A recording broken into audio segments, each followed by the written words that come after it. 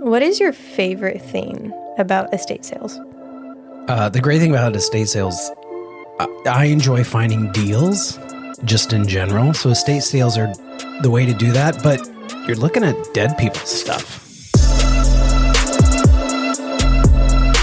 Hello and welcome to the Resilient Lineage podcast, where we reflect on the past, anticipate the future, and discover what God is up to today. I'm Olivia. And I'm Milo. I did an awkward voice crack right there. Yeah, a little bit. Estate sales, yes. Estate sales. So we were just at one. We were in Tennessee visiting family, and there was an estate sale that popped up, and we were like, hey, let's go to this estate sale in Middle Tennessee. And I was browsing with Mom. Did you get anything? My uncle had to go have an appointment with the doctor. And the day before, he was like, there's this estate sale. There's these coins I want. If you're going to go find me these coins. So that was my mission. And I got coins. So that's like why I was there. But I got a coat because I prayed in the car. I was like, Lord, I pray that we find what we need. And then you were like giving me crap about that. You're like, we don't need anything. Which we don't. Well, that's true. We don't. But we just went through like this snow time season where we had like 10 inches of snow. And all I had was a windbreaker. So I kept having to borrow like my roommate's spare coats to just walk to class. So I found a coat for $2. That's awesome. So you found a winter coat. I found a winter coat in for someone's $2 closet, hanging up that they no longer live, which is kind of a strange reality because then you're like, I wonder if they wore this coat this year. Yeah. It's, and I don't know if they were dead. No, No, they were because I talked to the lady running the estate sale. The husband died 4 months ago, and then the wife just died. Oh, wow. And the kids are out of state and claimed that they didn't want anything. So they came in to do the estate sale. It's always a little weird to go to an estate sale because like that's a common situation. And I was standing outside because your mom and you and by that point your uncle had shown up and my brother-in-law. And so I was standing outside with your grandma and I was like, what's funny is this is going to be us someday. Somebody's going to be like, there's things that your mom and I have worked for, that we've worked to buy, that we collected, that we take pride in, that we've taken care of. And then at some point there's going to be a bunch of strangers going through your house. Do you know what I mean? Buying your stuff for pennies on the dollar. And it was actually a really good reminder. And if you haven't visited an estate sale recently, I would encourage you to do that because I think it's a good sort of recalibration with your posture towards stuff. And, like you found a great coat. Actually, it's a really nice coat. It was a really nice coat. And it's nice and cute and it fits you well. And thanks. Yeah, all those kind of things. And you got it for $2, which is a great deal. But I think I think it's good every now and then to kind of sit back and go, what is my relationship with things? Is it where it ought to be? And because we live in such a materialistic culture that, that constantly wants us to buy something new, constantly wants to cultivate discontent and a desire for more, that I think I was talking to somebody about this the other day, and I said, Olivia and I are going to do this podcast on stuff, like a theology of stuff. When I say that, what comes to mind? And then they began to rattle off like the things that are kind of bad about things, like the heart posture that can get us into trouble. Yeah. In fact, there's a bunch of passages of scripture. Yeah, do you want me to say some? Warnings about stuff in our life. Yeah. You want to read through these? Yeah. So Luke 12, verses 15 says, watch out, be on your guard against all kinds of greed. Life does not consist in an abundance of possessions. But I think people think that. Yeah. Don't you? I think so. Well, I think this is correct me if I'm wrong. I'm probably off on something. But I think we have a natural design in us to want to have an abundance of things. But the things that the Lord wants us to have an abundance in is knowledge of Him and of Him. Like when we go into stores, we just like, oh, we want all this, we want all this, we want all this. Because I think we like having several resources at our dispense. But I think we were designed to have a specific resource at our dispense, but we choose to have it with physical things. Does that make sense? Mm-hmm. Yeah, I think there's a desire, excuse me. I think there's a natural I think some of it comes from a desire to want to control. And I think we can buy into this thinking that the more options I have, the more control I can have. And so more options can lead to more things. And I think that's where people get tripped up. And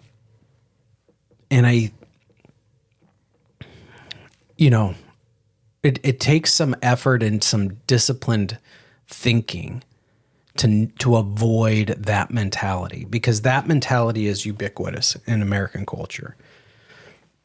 We look at people that have a lot of things, and particularly if they can organize those things in a way that is attractive and presentable, then we think must be people with influence and power, that they're people that have control, that they're people that live with some measure of contentment. And I think that none of that could be true. Yeah. They could be the most unhappy, discontent, anxious, greedy people on the planet. And so and I'm not saying this is not a podcast against stuff. This episode is like, it's be mindful. Yeah. It's like, it's officially spring now. Yeah. And we talk about spring cleaning and, and the weather's getting nice. Like I mowed the lawn yesterday. Did you actually? I did. How was it? I have my new lawnmower. Exhilarating. Which was fun because it runs really well. I got it last fall. Our old one died and I still had 2 more mows left in the season. So I've only used it like twice. But I've owned it for 5 months, or 4 months. And so so that was fine. But I mean, it's like we're in the season of kind of like getting outside and cleaning stuff up and everything. And I, as we do that, I thought it would be good to sit down with the idea of like, well, what is our theology of stuff? Yeah. And what do we need to revisit and reconsider with some of these things? So you read our first kind of warning. That comes from Luke chapter 12, verse 15. Proverbs 11:28 says, those who trust in their riches will fall, but the righteous will thrive like a green leaf. Psalm 62 verse 10 says, though your riches increase, do not set your heart on them. Proverbs 23:4-5 says, do not wear yourself out to get rich. Do not trust in your own cleverness. Cast but a glance at riches, and they are gone, for they will surely sprout wings and fly away off to the sky like an eagle. And then lastly, Ecclesiastes 5:10 says, whoever loves money never has enough. Whoever loves wealth is never satisfied with their income. So I think there's some warnings I want us to consider with this, because I think as we look at these passages of Scripture, I think there's a healthy posture to take towards our stuff. And so as you're listening to this podcast, one of the things I would encourage you to do, like today, is go through one of your rooms in your house and look at the stuff that's in that room, and kind of evaluate. This is kind of for the purposes of getting incredibly practical, and see if any of these warning signs fit within that space. So the first warning sign is this: your stuff is staged, or it's, like interior designed, right? Or whatever, you've kind of set things up to communicate status, to impress, instead of to serve. So you've organized your space so that when people walk in, they go like, oh, wow, you are, or you've accomplished, or you've been, or whatever it is. Or is it a space that's designed to serve people? So, as you look at that space, where does it fall on that spectrum? Probably think of it as a spectrum. It's probably not an either or. Which of these does that communicate? Yeah. Second, just to go on the first one. The first thing that came to mind, this isn't bad. I think a lot of people like having good staged homes because they have OCD and they want everything in its place. Yeah, so it's not necessarily staged for that time. Yeah, we're not saying like having a room that's always orderly and always on, not having things on display. You're supposed to finish my thought. Oh, am I? Yeah. What was I supposed to say? I forgot what I was. Well, I'll give you an example of this. Give me like an example. I walked into somebody's office one time and they had their diplomas up on the wall. And I noticed that and I realized I don't put my diplomas on the wall. And I'd never really thought about that. And this is a friend of mine. He's a very accomplished individual and really smart, really, really smart. And very admired in the community they serve. And so nobody would say they're a selfish person or anything like that. What I found fascinating was that when I went into their office, like there was no convenient way to sit anywhere. And there was lots of things that kind of highlighted their accomplishments. So there was their diploma. They had some, anyway, I didn't want to go into all the details because this is not about me calling that person out. But what was fascinating was a few weeks later, they came into my office.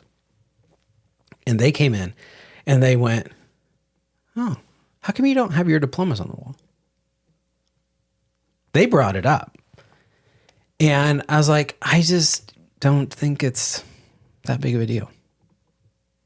Like, if you're coming into my office and you need to see a diploma on the wall for like justification or like to validate my role and reasoning, in meeting with you, then we're probably operating from a place of distrust. So then the only other reason why I would put up that diploma would be to show off what I've academically accomplished.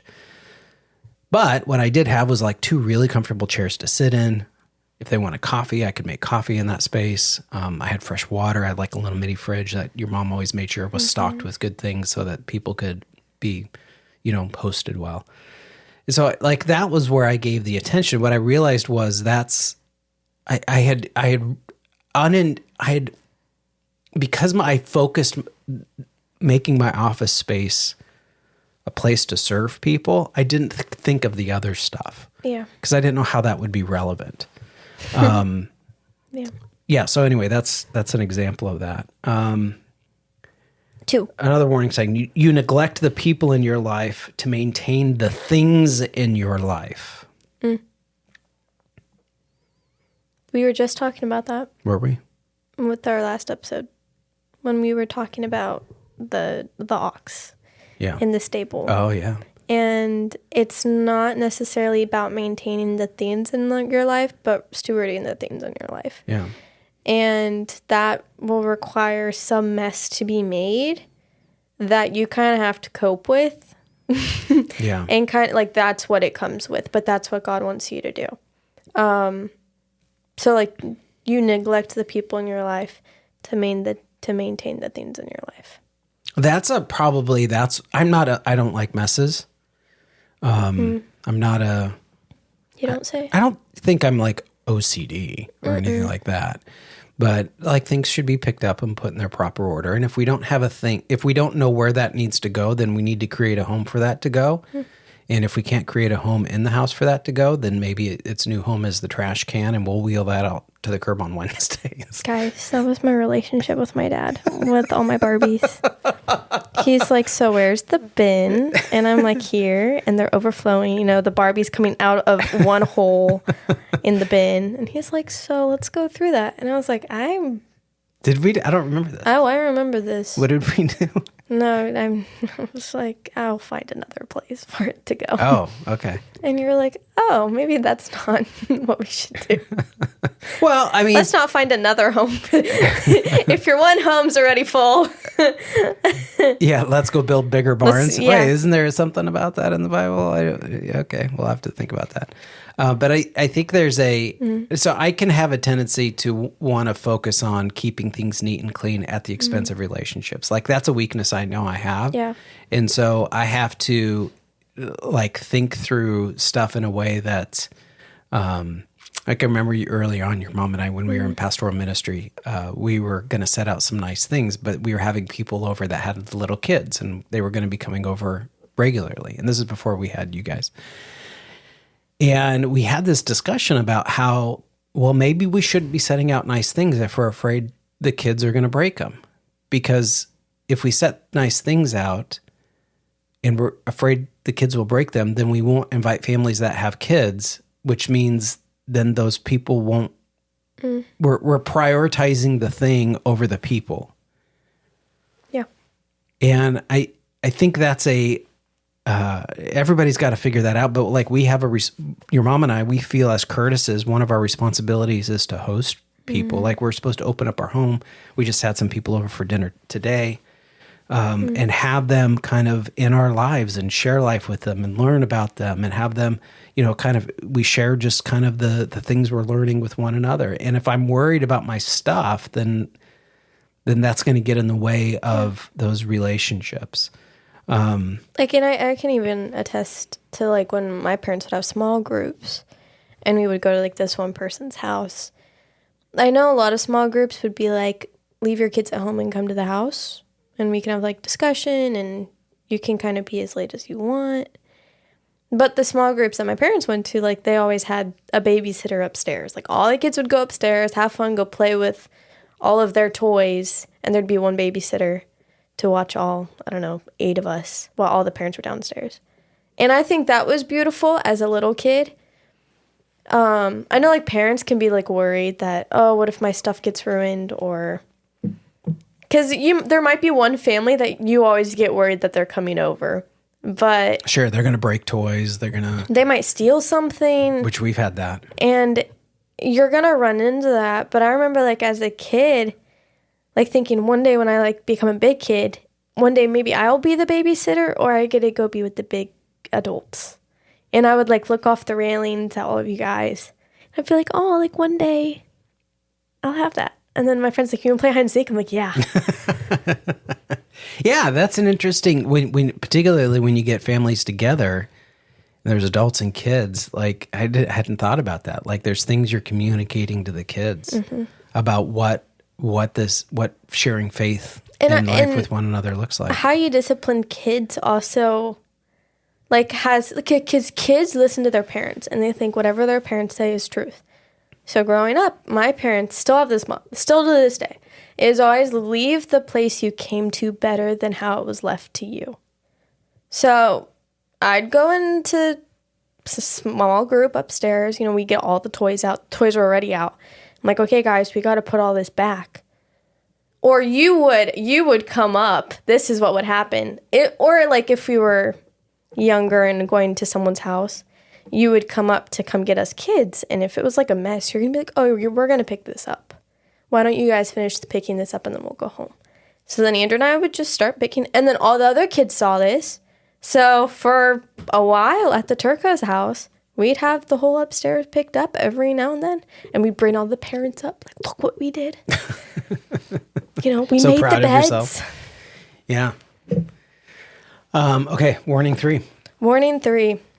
Sorry. You focus on investment growth rather than spiritual growth. I feel like that's I feel like you could really work with that at any stage of life. Like, there's not really an end cap to that.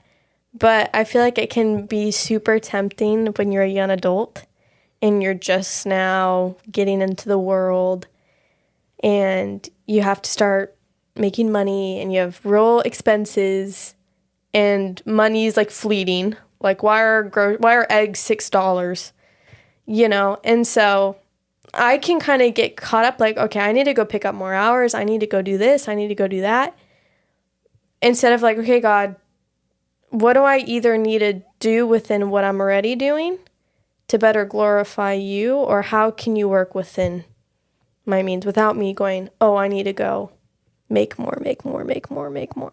Or invest more, or yeah, I think, and one way to assess that personally is to go, if I have 15 minutes, would I rather check my investment portfolio? Like, this is somebody that's probably you're not quite there yet with your finances of having investment portfolios.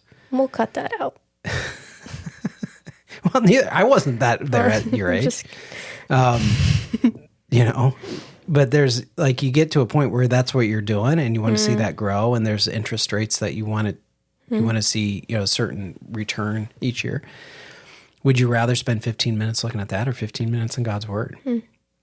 And I guarantee if you ask yourself that question in whatever your like gut reaction, not what you think is the right answer. That's not the question. We know what the right answer is. The question isn't what's the right answer. The question is, what has been your habit? Yeah.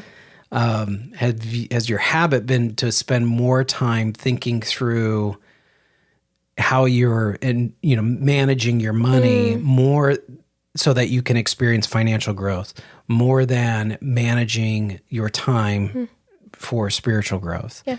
Not saying that managing your money is bad, but when it overtakes... That's the thing with all of these things. So there's nothing wrong with having stuff out. Well, let's get to the next point. Because, so another warning sign is your purchases reflect a life of comfort and conveniences more than hospitality and generosity. And so, again, there's nothing wrong with comfort and convenience. But if you were to look at your purchase history, what is that...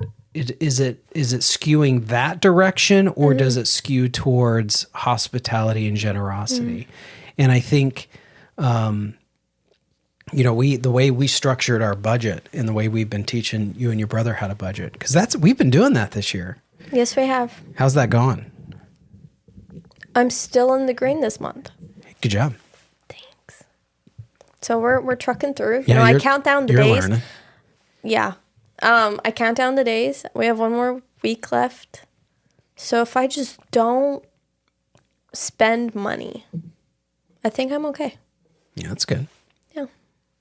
We'll find out. Yeah. What's interesting about this is the way we've structured our budget, and I've encouraged you guys to structure it, is it's kind of in order of priority. So that you can kind of draw a line and go, well, if I only have X amount of dollars, everything above this line will get taken care of, right? I got to pay my car insurance. I got to put gas in the car. Obviously, you need to tithe. Obviously, there needs to be some savings. Obviously, there needs to be a handful of other groceries, right? But extra money to spend on clothing, that's below the line. Going out to restaurants, entertainment with friends, all of those kind of, like, those are below the line. And I think for a lot of folks, it's going, where does that hospitality and generosity fall? And the point of this warning is your purchases, reflect that comfort and convenience is above the line, and hospitality and generosity is below that line of what you perceive as necessity. So like Olivia was saying earlier, like, none of these are...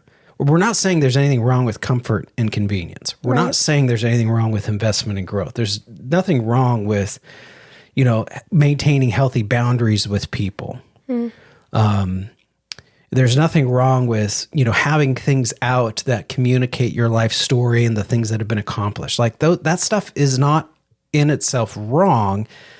It's the question of to what priority is it holding in your life. So our challenge was as you look at that space that you're in, what does that space reflect? Does it reflect, are you trying to communicate status, or is it a place where you can serve and host people? Is it a place that neglects people, but then you give a lot of attention to maintaining the things in there? Is that a space that facilitates spiritual growth, or is it a space that facilitates, investment growth, whatever context that looks like? Is it a space that is for your comfort and convenience, or is it a space that can helps you host and be generous? Because this is one of the things that it's such an obvious statement, but I don't know why I find it so profound, is that nothing happens apart from time and space. Nothing. Yeah. And so if you can't think of how to apply things within a specific time or at a specific place, then you won't apply it ever, because it's just a notional idea. And so if you think of that space, it could be your bedroom, it could be your living room, it could be your dorm room, it could be your car, Bathroom. like it could be a bathroom, whatever it is. Like pick a room and then think through those things. And if you're like, man, I don't know, like what's the simplest way? Is it a closet? It could be a closet. Like what is the, what does that closet say about your posture towards stuff? And people are like, well, I'm afraid to open that closet because if I do, all these things are going to pour out. Well, what does that tell you about things? Yeah. So there needs to be a healthy way in which we approach this. And I'm not entirely sure we're doing a very good job today in the church, and I mean global church, of talking about things. I think we ask people to be generous, and we want people to, we talk about tithing and all that kind of stuff, and we talk about people volunteering, but I don't know if we're... like these are the things in your home. Yeah. Like your everyday life. And you wrestle with these things almost every day. Yeah, and it touches you every day. Yeah. And I think that's where thinking through some of these principles in a way that's intentional. Now, what we're going to talk about now is some ways to kind of approach this, to sort of set things on a new path. Now, in previous podcasts, we've talked about sort of the 4 values or principles we live by as a family, which are to connect, equip, worship, serve. Yes. And we draw that out of Acts chapter 2, verse 42, where it says the church got together, they broke bread in one another's home, they held all things in common, they listened to the apostles' teaching, they prayed with one another, sang hymns. So this is what you see is, okay, they gathered in one another's homes, right? So there was this relational connection.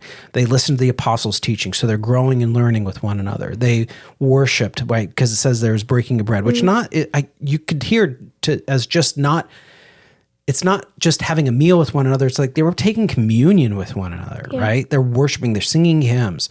Then the service piece is that they held all things in common, that while they owned things, they were quick to share things, right? To demonstrate generosity and hospitality towards one another. And so you have these 4 sort of, and then the next verse is, and the Lord added to their number daily those that were being saved. And so there's this idea that here's some kind of 4 ways of structuring your life to see God's salvation pour in and through your life.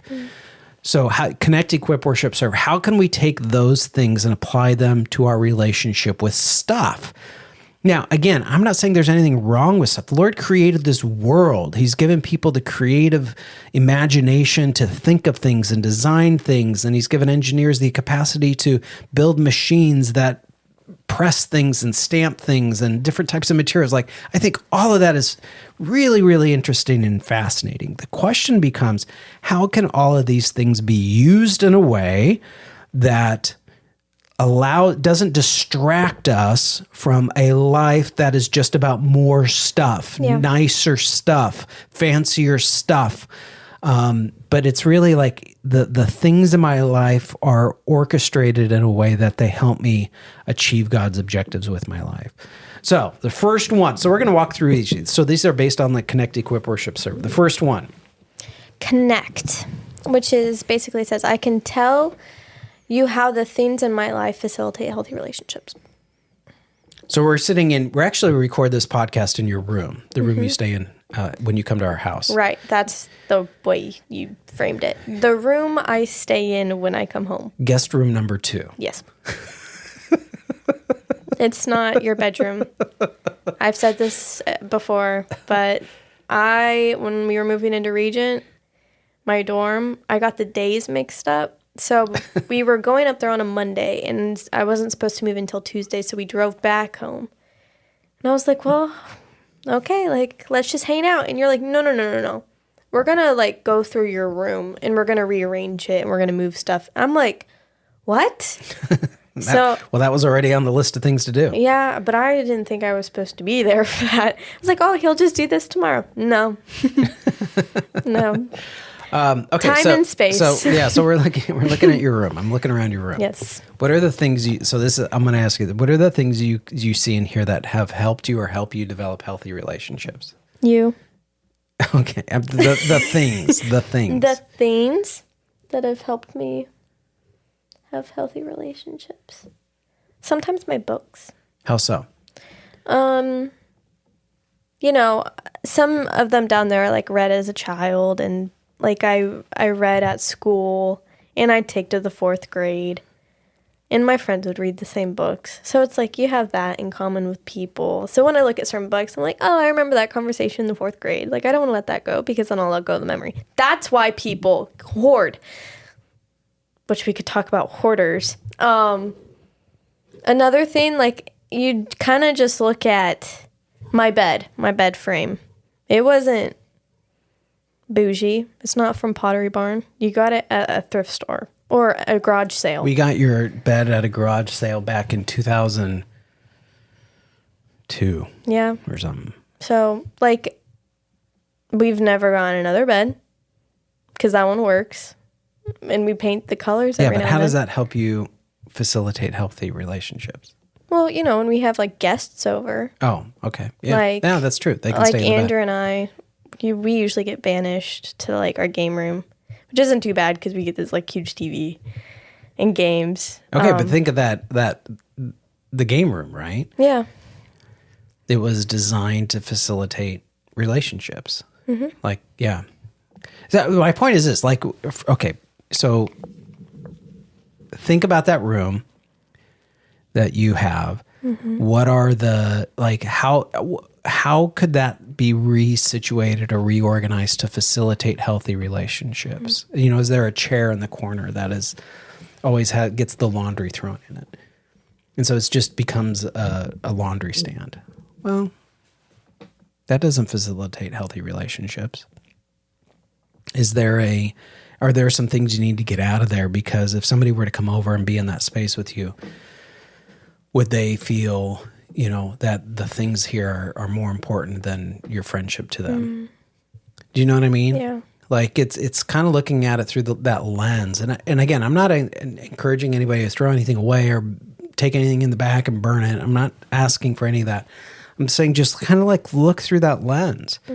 How could this space be used as a way to connect with others, to facilitate healthy relationships?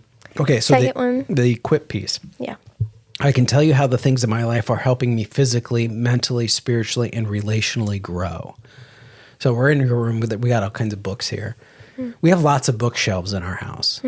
For different things. Yeah, so this is mostly like your mom's books. I have a few in here, but these are mostly your mom's books. And she's got, what's interesting is a lot of these books that your mom has are books that she's read with other people. And so she'll read them and then she'll talk about them like with her sister, or she's got a couple friends that she reads books with, and they, you know, pass recommendations to one another. But there's a piece where, you know, how, like I'm looking on the wall behind you, I see your guitar, right? That guitar was a growth point for you. And it wasn't just about learning guitar, but it was also, how do I get mentored and taught and by somebody I don't really know, and take on a skill that nobody else in our family knows how to play guitar, right? So you're like the one that learned how to play that in our family, which is pretty cool. So that's been a growth area for you.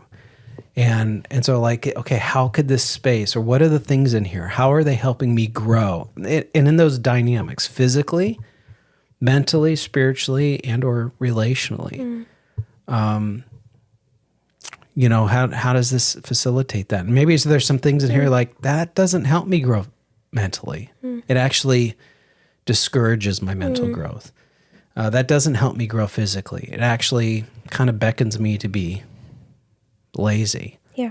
Like I'll say, I had a friend from my church who's in high school. She wanted to come up to Regent and spend the night. And I was like, okay, like, let me talk to my roommates. My roommates were like, yeah, that's great. So her and I were talking, and she leads the high school girls Bible study for her church. She was like, I just don't know what to go through with our girls. Like, I don't know if we should go through another book. I don't know if we should do something, or if we should, like, go through a physical book. And, like, instantly, like, I was like, oh, I have one on my bookshelf in my dorm. Why don't you look at this? And it was like, I was super quick to be like, this is what you need, because I've read it and I've read through it, and it's a great discussion piece. And she took it, and now they're walking through it. And I think that's when you have a space with things that can equip people, be quick to give. and be quick to not hoard or be like, this is strictly mine. It's like one day you might have an estate sale. And the things all your stuff is going to go somewhere. For 50 cents each. Yeah, so in some ways, would you rather control how it is used now for the benefit of others, or are you going to leave that to your family members to sell for 10 cents on the dollar? And the book that I gave her was a book that I got from my graduation from my boyfriend's mom that she read, that she gave all of the graduating senior girls. So it was like special that I could just pass it down. Yeah. No, even that's though good. it was like a personal gift, it's like that served my purpose then. How can this be steward somewhere else? Yeah. In the hands of someone who can do a great deal with it. Yeah, that's good. Third, Yeah, so we got the connect, equip, the worship piece. Yeah, it says, I can tell how the things in my life inspire me to worship God and prioritize his will in my life. I mean, we kind of talked about my guitars. Yeah, those you use those to lead people in worship. Yeah. And I was actually playing them today. Were you? Yeah. I had a song come in and I was like, I should learn how to play that on the guitar. And I did. That's awesome. And then I was like, I need to read podcast note stuff before they get home so I can be like, yeah, I looked at the notes. Oh, so you could tell Dad you didn't, so you wouldn't have to lie to your dad. Right. That makes sense. Well, I'd rather not, so I didn't. Hey, good job. Thanks. Yeah, I think there's a, like there's something we have in our house, and I just love it. Like every time your mom pulls out different stuff depending on the season. So we're getting close to Easter right now, and she pulled out a bunch of Easter stuff. And one of the things that sometimes we have it out for a while, and sometimes she puts it back for the Easter stuff. But it's this metal cross. Do you know which one I'm talking about? Do you know the story behind that metal cross? It was hand forged. It was hand forged. It was a 1 inch by 1 inch by 4 inch block. I want to say 4 inches, something like that. Maybe not that long. Maybe 2, maybe 3. But so think 1 inch by 1 inch by 3 or 4 inches long. And it's forged in a way that out of that block, it then is peeled to make a cross, and it looks real rugged and bent and dented and things. And then it goes into this really cool stand. And it was made by our friend Gary Griffin, who was a blacksmith. And I had the chance to know Gary before he was a Christian. And then while the church we were pastoring at the time was able to see him come to the Lord and disciple him. And it was just one of the greatest opportunities I've had in my life. And then him and his wife became missionaries to South America for a period of time. Anyway, when I see that cross come out,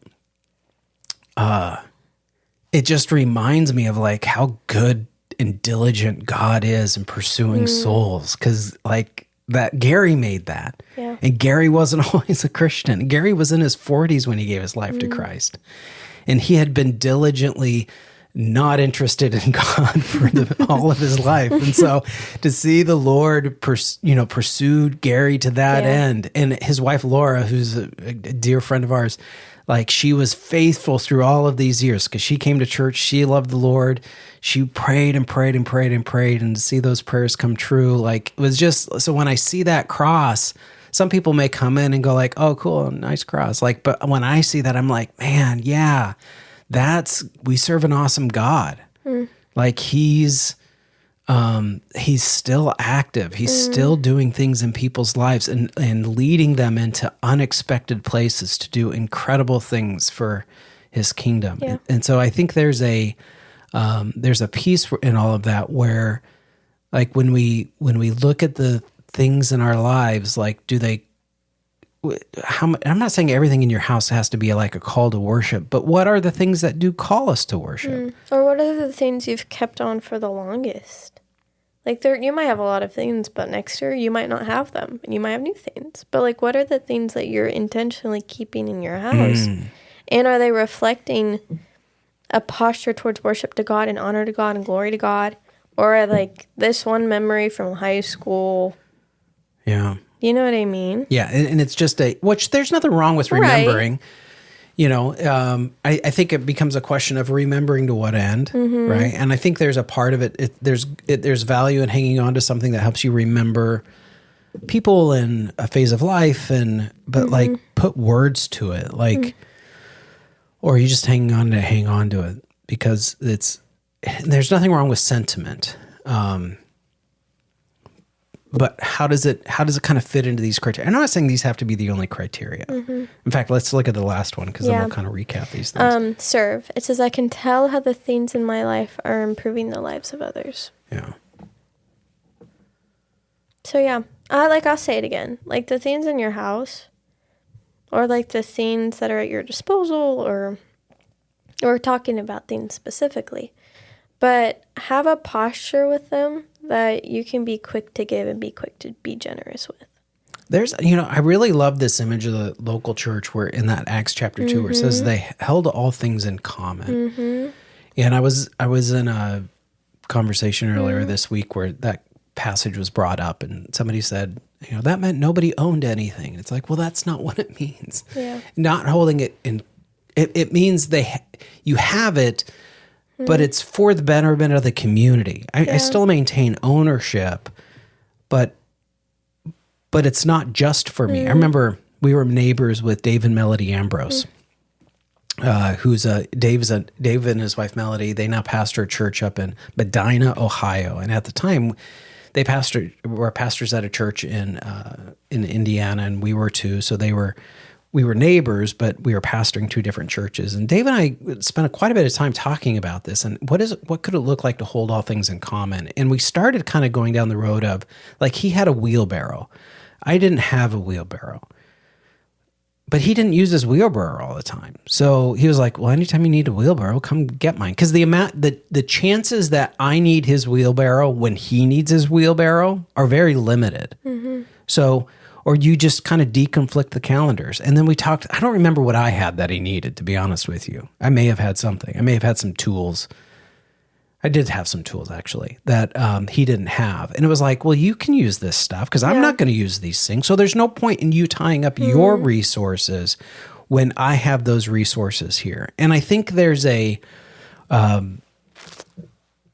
only problem with us, like right now, is you have to live in a neighborhood long enough to build trusted relationships with people to be able to do that. Because you don't want to be like in the neighborhood and be like, if you guys want to borrow anything, come. And they're like, who are you? Or can I borrow your stuff? Yeah, they're like, right? I can't. Like the relationships have to get there. But I'll say, like, when you start sharing your things with other people, you'll be quick to ask them for things. Oh, you think so? I don't know about that. Well, you're quick to ask for help from those people. Maybe. Like, that might help you out and help share things. That you have they'll have like a... Probably depends on the person. Not harsh response. Yeah, maybe. I can see. I'll say this. So we have 2 knives in our dorm. One of them got broken by me because I used it not in the manner it should have been used. And it snapped. Okay. So we were down to 1 knife, and it got really dull. So basically, we had no knives. So we just go over our neighbors, and our neighbors have like 3 big knives. So I'll be like, hey, can I borrow a knife? And they're like, yeah, like literally just come in and take it. So I'm like, okay. So then I wash it, and then I take it back, and then 2 hours later, I'm like, can I borrow the knife again? So we share knives. Oh, okay. So now I'm quick to ask them, hey, do you have essential oils? Hey, do you have like a... What do they ask you for? Our blender. For Christmas, I got a blender. You did? Yeah. So they just take the whole thing. They're like, can we use this real quick? I'm like, go for it. So I think, but those relationships existed before there was the exchange of trust, or before there was the exchange of stuff. Yes. Right? And I think that there's something in that. Now, at the same time, I think be quick to serve others with your stuff. And if the stuff breaks or the stuff is lost, and maybe these are people you don't know, or the stuff is whatever, like, okay, well, guess what? You used it in service of God. And I know some people like, well, I don't have very many things and I don't have any, I can't afford it if it's replaced. Like, I got it. And we're supposed to be good stewards of the things God entrusted to us, but not to the extent that we don't share our things for the service of others. And I think if you look around your space and all you see are things that serve you, what needs to be recalibrated? How can you look at your stuff through the lens of how could this be in service to others? How could this help someone else? So I don't think this is exhaustive, and there's there's other stuff out there, but I think it's a healthy time of year to sort of set back and ask the question, what is my theology of stuff? What is, and I don't think people think about that very much because we don't want to think about it. It's too disruptive. We'd rather just kind of keep going on and living the life we want to live. And, there's so much stuff pushed our way now through, like I was on Instagram the other day and I got 47 ads in a row. Have you ever had that? No. And the only reason why it stopped was because I turned off the app. But I started counting. And I just went 26, 27, 28, 29. It was 47 ads. And I think we live in a culture that is just constantly trying to drive us to more things. And I'm not saying again, I think we've stated it already. There's nothing intrinsically wrong with having stuff. I do think there's something wrong with that stuff not serving kingdom purposes. And so how could my stuff serve God's purpose? Now, you may be thinking, man, Life, you guys covered a lot of ground really quick, and there's a lot of things there. You guys can get access to all of this information with our show notes. Yep. So in the podcast description, you're going to see a link to be able to go to the show notes, and you'll see all of this stuff, the warning signs we talked about, the Bible passages that kind of give us warnings about our stuff, the statements we made around connect, equip, worship, serve.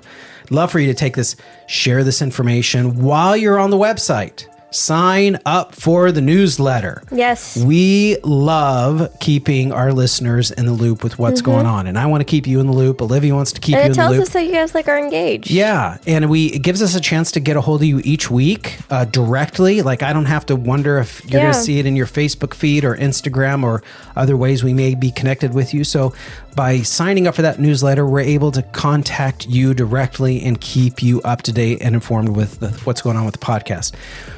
We've got some really great stuff lined up. We've got some interviews that we've lined up, some we've conducted that we're going to be posting later on in the weeks to come. So you're going to want to stay up to date with all that we got going on here at the podcast.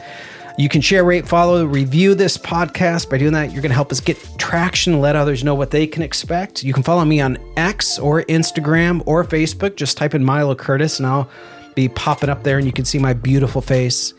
I'm the bald guy with the glasses. You can follow Olivia. At Olivia Curtis on Facebook and Olivia.Grace_28 on Instagram. If you want to get a hold of us directly, you can email us hello@thisresilientsoul.com. And we will get back to you. Yeah. And you can. We're constant. We just redid the whole website. So if you haven't been to the website recently, you can check that out. If you type in Resilient Lineage, it'll take you to our website, thisresilientsoul.com. So we got some really great things going on, and we're excited that you guys are a part of it. So thanks for listening. We hope that your spring is off to a great start and that you are treating your stuff as God wants you to treat it.